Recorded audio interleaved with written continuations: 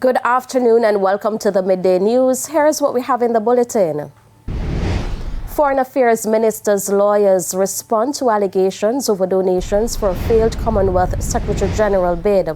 Calls for government to speed up tobacco control legislation. And later in sports, defending champions playoff secure spot in JPL. Thank you for joining us. I'm Shamela Pullen. Here are the details.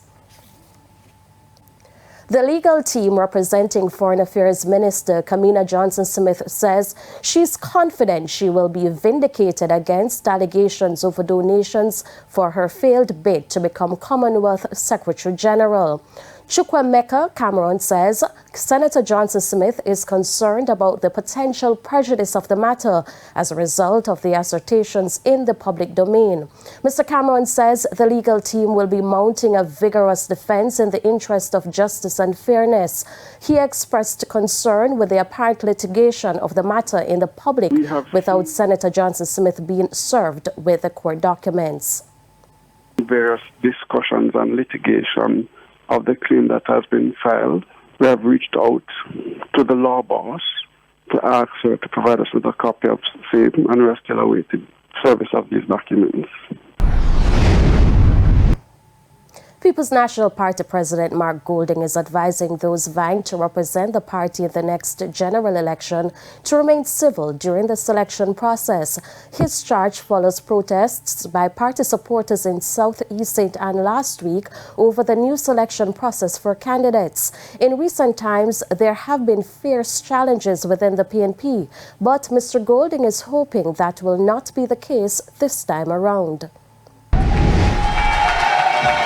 A fair fight. That's what President of the People's National Party, PNP, Mark Golding, is looking for with the new selection process for candidates who will represent the party in the next general election.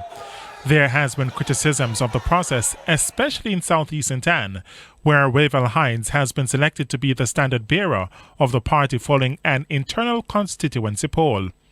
But the current Member of Parliament, Lisa Hanna, took umbrage at how the candidate was selected. In a post to her official Instagram page, Ms. Hanna contended that the PNP cannot want to support the constitutional rights of all Jamaicans on the one hand, but flout the party's constitution on the other. But at a PNP National Executive Council meeting in Montego Bay on Sunday, the party's president suggested that internal matters should not be discussed in the public domain. Let us continue to put our party first and our personal ambitions subordinate to that. Whatever happens in this particular selection exercise, the PNP has a place for talent, and your talent will find an avenue of expression within the People's National Party and within the next government of Jamaica when we form it. But why change the process at this point? For the reason that we want to ensure that the People's National Party delivers a victory for the people of Jamaica in the next election.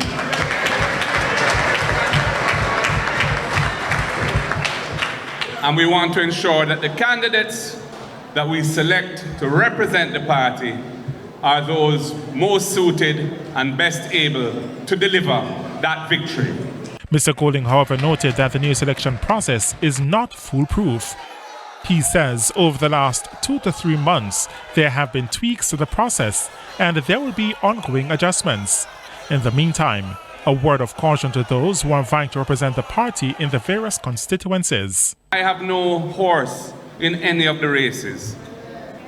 I just want the process to be fair. I want the participants in the process to behave with integrity, to behave in a way that elevates the party's interests above their own, so that the end of the process will result in the party being stronger and that we avoid any of the kind of issues or behaviors that might in any way upset the progress that we have been making as a party. The next general election is constitutionally due in 2024.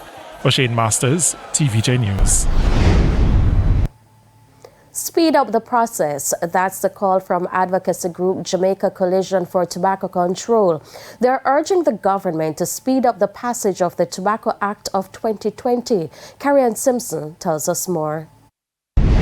It has been 2 years since the tobacco control legislation has been before the Joint Select Committee for deliberation. The advocacy group Jamaica Coalition for Tobacco Control says the process is growing frustrating. We want the Joint Select Committee to speedily conclude their deliberations in keeping with Jamaica's obligations under the Framework Convention of Tobacco Control, which is a WHO treaty governing this. We don't just want watered-down legislation. We want legislation that is in keeping with international best practice. She says the initial process started some 20 years ago. However, in 2020, the legislation was brought to Parliament and was referred to the Joint Select Committee for deliberations in February 2021. Ms. Chen says her group has been meeting with the committee for 2 years without much progress. But what is in the proposal in the Tobacco Act? The tobacco advertising, promotion and sponsorship, how they can, they have to, in terms of the graphic health warnings on the cigarette packages for that size to be increased, in terms of how you can display your cigarettes and so on. And of course, promoting to the youth, things like that. You know, Article 5.3 in the Framework Convention speaks to the influence of the tobacco industry on policymakers so that they don't get a seat at the table, so to speak, to influence the policy, conflict of interest. Ms. Chen pointed to several issues why the process is being delayed. The last time the chairman of the committee, Minister Tufton, expressed frustration at the slow pace of the process. I don't know, maybe to do with the legislators within the Attorney General's department that are working on this for whatever reason. It could also be maybe behind the scenes there's pushback from the tobacco industry themselves. Remember that that's who this benefits. A delay in any legislation only benefits the tobacco industry. So one cannot discount behind the scenes pushback, you know, which is to be expected. In 2019, the Ministry of Health announced that a ban on vaping was being considered. Ms. Chen believes the delay is contributing to the public health nightmare. In the meantime, she is calling for greater enforcement of the laws already in place surrounding smoking. Carrie Simpson for TVJ News. With violence still a big problem for the country, Justice Minister Delroy Chuck is again urging Jamaicans to use the alternative dispute resolution services provided by the ministry. It comes as the minister declared that services which are free to the public are not being used enough. As we hear in this report, the ministry is now targeting churches and schools to help spread the message. While the Jamaica Constabulary Force has been reporting that major crimes are down since the start of the year compared to the same period in 2022, Justice Minister Delroy Chuck says many Jamaicans still cannot resolve disputes peacefully. For some time now, Mr. Chuck has been preaching to the public to use the dispute resolution services provided by the ministry, but it costs nothing. The ministry provides these services free. The problem is they're not being used enough. And as a result, he says courts are overburdened with cases that could have been resolved through mediation or by the Victim Support Unit. Speaking at a church service in St. Thomas on Saturday, he appealed for the church to play its role. Churches, members of the church, we're asking you see families in dispute, you see neighbors in dispute, recommend that they get help. So where you see abuses, urge the victim to go to victim services here in Moranbay, and victim services will assist the abused to understand and to reduce and ameliorate the pain from the abuse. Also, violence in schools is another major problem that the ministry is working to resolve. In fact, since the pandemic, dozens of students have been injured in school fights island-wide. Some of them died, which is why the ministry is intensifying efforts to target at-risk students. Students, if you disagree and you start to fight, you don't know how that fight will end. Very often you pull your compass, or you pull a knife, or you pick up a stone, and you hit the other person, and immediately, because of the injury caused, Superintendent Byfield may be sending someone for you. It is hoped that once those issues are addressed, acts of crime and violence will be reduced. The police in Manchester say they will be accepting the help of an overseas organization in their crime reduction strategies in the parish. Just over a week ago, there was a major armed robbery of a remittance outlet in Mandeville. The police say they want to increase intervention activities to try to redirect youth from a life of crime. We're also in dialogue with a group coming out of, I think, America. They want to do some interventions within the space in Manchester that we're having these problems. These areas are Greenvale, Georges Valley, Hearties, Barnstable, Mayday, Comfort, Broadleaf, and Land Settlement. And going forward, Mr. Chairman, we'll also have some discussion with the councillors and the political representatives within this space to see how best we can carry out some interventions in these areas to mitigate against these crimes that we are seeing so far. In the meantime, the police are reporting a reduction in serious crimes between January 1 and April 12 this year. This is compared to the same period in 2022. There have been 105 incidents of major crimes compared to 149. Head of operations in Manchester, DSP Colin Johnson, said a lot of the crimes continue to be linked to scamming. Based on our intelligence, that they are involved in scamming, and so when these money, they are in possession of large sums of cash. And so they will go to party and class.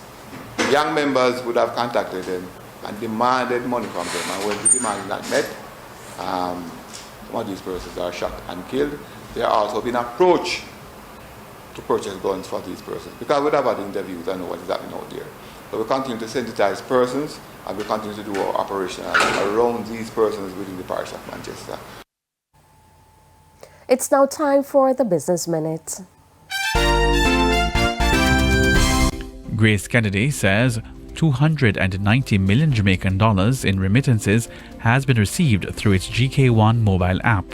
The application, launched in November 2022, allows for Western Union customers to do money transfer services online. Grace Kennedy's Chief Digital Officer, Ricardo Ebanks, says since the launch, there has been a steady increase in the volume of Western Union remittances being received through the app, with approximately 69% of customers who use the app doing repeat transactions. The app, which also functions as a digital wallet, has a linked prepaid card, which can be used anywhere Visa cards are accepted. A new report suggests that price increases have contributed greatly to U.S. inflation over the past couple of years. Michael Havlin is an economist who wrote the report. His research found that during the height of the pandemic, the supply-demand imbalance for new vehicles meant dealerships could suddenly charge more money, and that helped drive up inflation. But economists are split on Havlin's findings. Some agree the car industry helped drive up costs that hurt the economy, but others say it is unfair to blame just one sector of the economy for the rise in inflation. The study is published in a U.S. Bureau of Labor Statistics journal. Bed Bath & Beyond filed for bankruptcy on Sunday. The company says it will stop accepting coupons on Wednesday. Instead, Bed Bath & Beyond expects to offer deep discounts on its products as part of its going out of business sales. And that's it for the Business Minute. I'm Hal Shane Burke. Time now for the top regional and international stories. In the region, an estimated 16,000 voters in the British Virgin Islands will cast their votes today to elect a new government that will control the 13-member House of Assembly. Polling stations were opened at 6 a.m. local time and will close at 6 p.m. Last Thursday, 1,436 persons were allowed to vote early at 10 polling stations throughout the territory. The Office of the Supervisor of Elections says 42 candidates had been nominated to contest contest the election. On the international scene, at least 60 people were killed by men in military uniforms in northern Burkina Faso. Authorities say the killings took place in the area of Barga in Yatenga province. The injured have been evacuated to hospitals and an investigation into the killings has been opened. For 7 years, the jihadi fighters linked to Al-Qaeda and the Islamic State group have waged a violent insurgency in the West African nation. And the UK government has insisted it's doing all it can to help British nationals stuck in Sudan after diplomats and their families were rescued yesterday. Minister of State in the Foreign, Commonwealth and Development Office, Andrew Mitchell, says there are estimates of around 4,000 Britons in Sudan. However, the number could be higher. Fighting between two opposing forces has seen deadly shootings and shellings in the country's capital, Khartoum, for more than a week. And those were the top regional and international stories. I'm Carrie Ann Simpson. We head to a quick break. When we come back, we'll have your midday sports report with Jordan Fort.